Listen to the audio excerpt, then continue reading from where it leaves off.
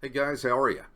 I normally don't do this kind of thing, but I think this is so important that I want to do my little part. Last week, my wife and I and some other folks, we met and we went to the movie theater. It's the first time I've been to the movie theater in quite a long while. Most of the time, I'm not really too interested in anything playing at the theater, but we went to see Sound of Freedom starring Jim Caviezel. And I just wanted to, I know that other people are promoting the movie. I want to do in my little neck of the woods, in my little circle of influence, what I can to promote the movie. And I want to encourage you to take the time and go see the movie and support the cause. Support this cause of the Underground Railroad, of getting these kids out of these hellish situations, horrific stuff. I would also encourage you to take the time to become informed. I need to become much more informed about this than I am.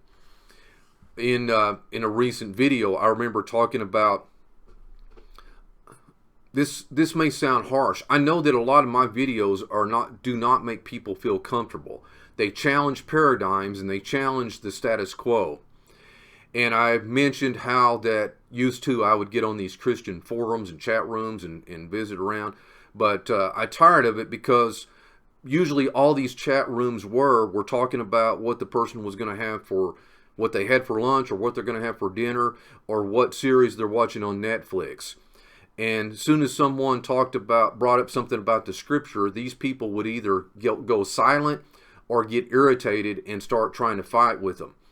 And that's what I find to be the case. I often joke, the quickest way to clear out a room of Christians is to bring up the subject of the Bible. I would add to that now, the quickest way to clear a room full of Christians, and I'm talking Christians, I'm not even in Messianics, I'm not even talking unbelievers, is to bring up the LGBTQ10 movement and bring up abortion and bring up child trafficking.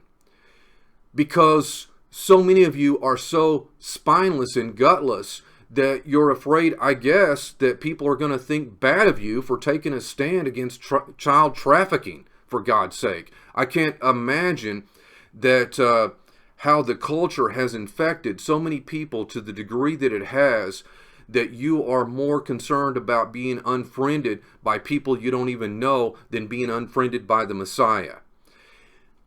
This is something important. I mean, ultimately, it's all going to come down to this. In Matthew chapter 25, the Messiah, every time you turn your face away from these innocents that are being slaughtered or being sold into the sex trade and this kind of thing to pedophiles, and you don't care, and you just you just go to get your Starbucks coffee and sit down and watch your next Netflix movie or surf the internet or whatever.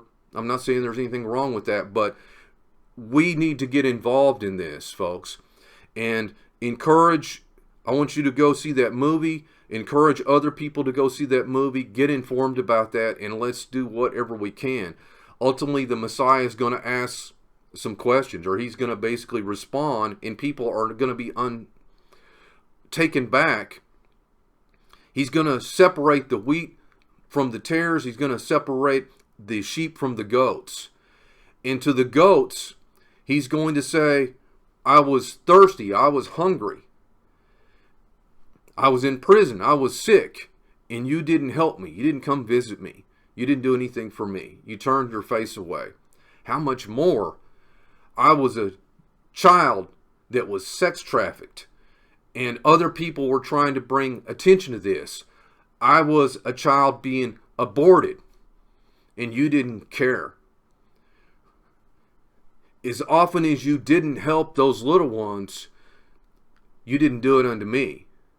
Likewise, to the group of the sheep, he goes through all these things, and they're saying, he said that you did come minister to me. You helped me. You gave me food and drink, and that when I was a stranger, you helped me.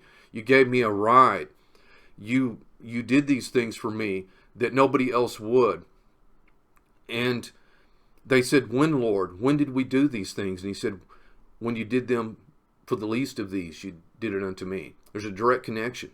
And so if you want to turn your face away from child trafficking and adult trafficking for that matter, from abortion and from these horrific abominations that are being done to the children with the LGBTQ10 community, sending in these transvestites, because once again the language gets changed, and whoever controls the language controls the thinking and behavior.